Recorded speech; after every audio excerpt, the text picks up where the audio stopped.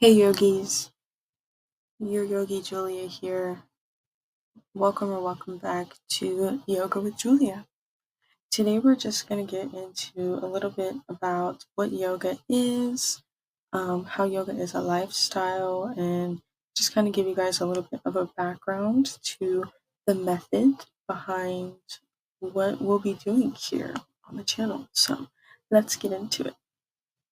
Basically, the discovery of yoga within the Eastern Hemisphere as we know it today can be traced all the way back to about 400 CE to this sage named Patanjali.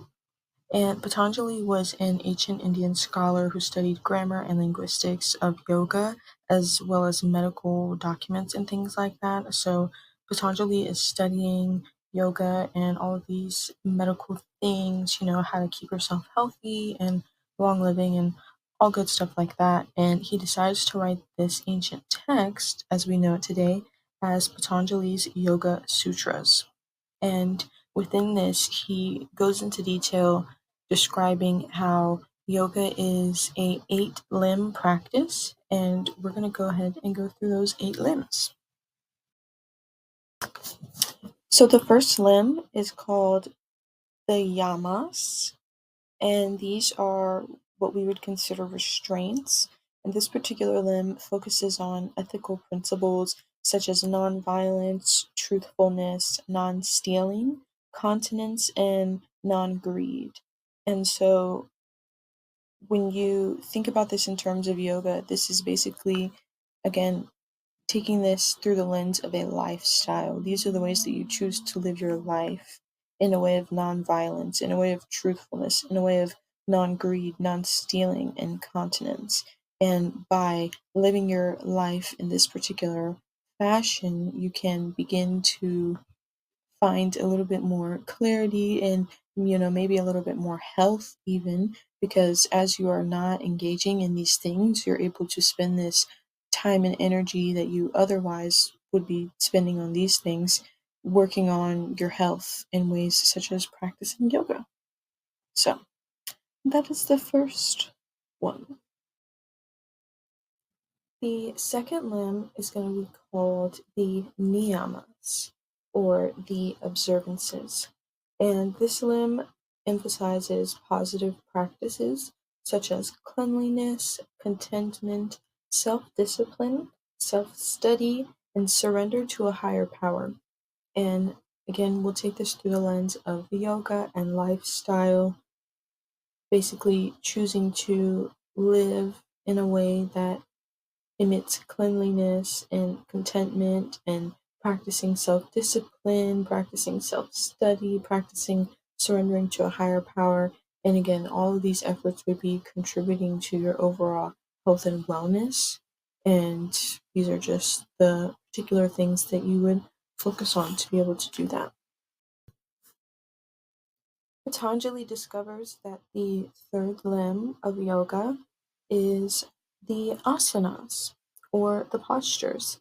And then this is going to be what we as Westerners would typically associate yoga with or consider the main part of yoga, which is the part that you see me doing here, the down dog, the up dog, the different postures, standing there for different amounts of time, using different types of breath, all would be considered asanas.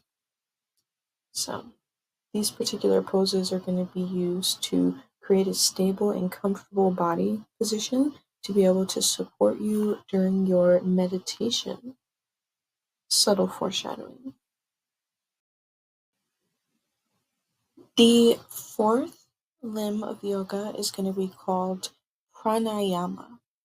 And this particular limb refers to breath control. So as I stated before, when we're doing yoga, we're using different types of breath. And this is going to be based on the type of yoga that you're doing, the type of effect that you're trying to receive when you're practicing your asanas in your yoga or your meditation or any of these parts of yoga as a lifestyle. And so the practice of withdrawing awareness from the external sensory stimuli all around you and turning inwards is what basically the practice of breath work is. Really tapping into what it feels like to be you, doing whatever you're doing whenever you're trying to control your breath. Is going to be your pranayama.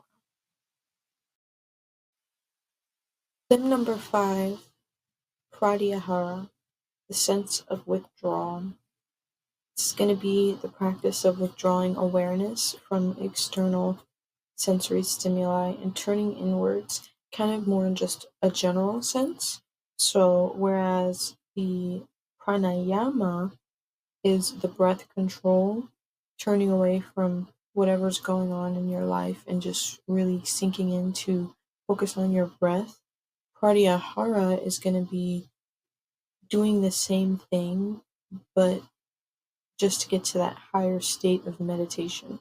We're getting closer to that limb of yoga where we're going to talk about meditation. And so to be able to meditate and to be able to sit with your thoughts, you have to first be able to sit without allowing yourself to be distracted by whatever's going on around you. And that's the taking awareness away from the external sensory stimuli and turning inwards.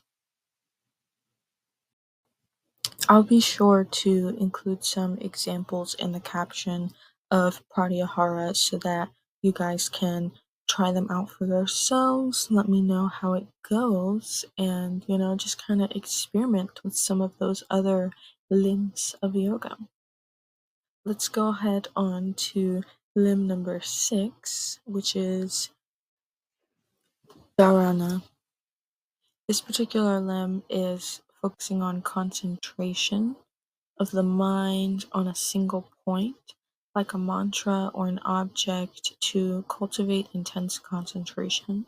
So typically, if you go to a yoga studio, or sometimes if you take anyone in particular's yoga class, in the beginning of the yoga practice, they will ask you to find a mantra that you can keep in your mind to bring your brain back to throughout the yoga practice.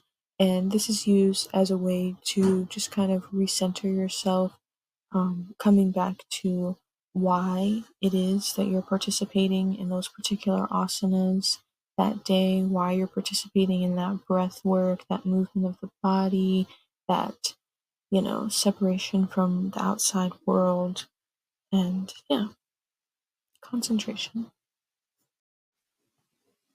Limb number 7, dhyana, is the meditation limb of yoga. Meditation being a state of deep, sustained concentration where your thoughts have settled and your mind becomes just absorbed in the present moment. So, as I stated before, when you're practicing yoga, you're really wanting to try and just become aware of what it feels like to be you practicing yoga, not thinking about what's happened before your yoga practice today or what's going to happen after, really just noticing all of the sensations that appear within your body, noticing the emotions that arise, noticing what thoughts do still process as you're getting to that dhyana state, that meditation state where your thoughts have settled, noticing what thoughts are passing through your mind as you're going throughout your asana practice, and noticing how as you get closer to the end, once you get to that final resting pose, shavasana, practicing your dhyana, your meditation, noticing how your mind does settle at that point. And even if it doesn't completely settle, just noticing how it has settled down, at least in some capacity. But as I stated, just kind of noticing what thoughts do pass and without judgment, just being aware, genuinely, truly aware of what's going on within your mind and your spirit and your body. The eighth and final limb that Patanjali discovers and writes into his text is samadhi, or enlightenment. And this is the ultimate goal of yoga, which is a state of complete union with the divine, characterized by profound peace and liberation. So basically, by practicing all 8 limbs of yoga, the breath work, the awareness of your actions, your thoughts, the poses, meditation, all of these things put together can give you access to this profound peace and liberation. And the divine that you would have the complete union with would be your inner Buddha, your highest self, your highest person inside that knows that your health is the most important thing for you. And now, while yoga did exist in various forms in India previous to Patanjali's system that he wrote down, it was his particular system that crystallized these practices into a structured path for achieving the mental clarity and that spiritual liberation that we just discussed. So over time, this 8-limb framework gained a lot of popularity and traditional and modern yoga practice awareness. And so that's what basically our Western yoga practice is based off of today. So if you were to take a group fitness class with me at UNC Charlotte or participate in one of my yogas that I try to provide to my community, or you go to a yoga studio here in Charlotte or anywhere really, or you take a yoga class online, this is typically going to be based off of Patanjali's description of what yoga is in terms of a lifestyle. And the asanas, the names of the poses, these are also going to be based off of Patanjali's discovering of, again, the verbiage and the particular linguistics that he is putting down in his text. So thank Patanjali, because he's the one who sat down all those years ago and wrote down this information that I am providing for you here today. Again, all those years ago that we're still somewhat living by here in the Western Hemisphere of the world. And, what I aim to do with providing you all this information is give you the opportunity to practice yoga as a lifestyle more than just as a workout. If what it can be for you at this time in your life is just a workout, that's perfectly fine. This is a judgment-free zone. But for those of you that do have the time and the capacity and, the open-mindedness to practice the full 8 limbs of this, I invite you to do that. I invite you to watch this video with the open-mindedness that these other limbs of yoga maybe have some good things to provide to you as well, aside from just doing the particular poses. Not that the poses aren't going to give you a good stretch and workout and release of tension and emotion and all of those amazing things, but, practicing with the full understanding of the purpose of those poses, and again, just the breath work and the concentration that is really supposed to be put into when you're practicing those particular poses, being able to have that prior knowledge as you go into your new or continuing yoga journey, it's just going to help you be all the more productive and become all the more flexible and all the more healthy. And that's what we're here for, right? So I thank you guys for listening to me chit chat today. I know it was kind of giving a lecture, but I hope that you've enjoyed watching these random little recordings that I've taken at the school gym of me doing some inversions, some headstands, some little flows that I just wanted to record, and I'll let this ride out with those here. So have a great day. Like, comment, subscribe, share it to a friend who should see it. Drop in the comments if you have any video suggestions, and make sure to check the description for some pratyahara examples that you can practice withdrawal with. And catch me next time here on Your Yogi Julia's channel.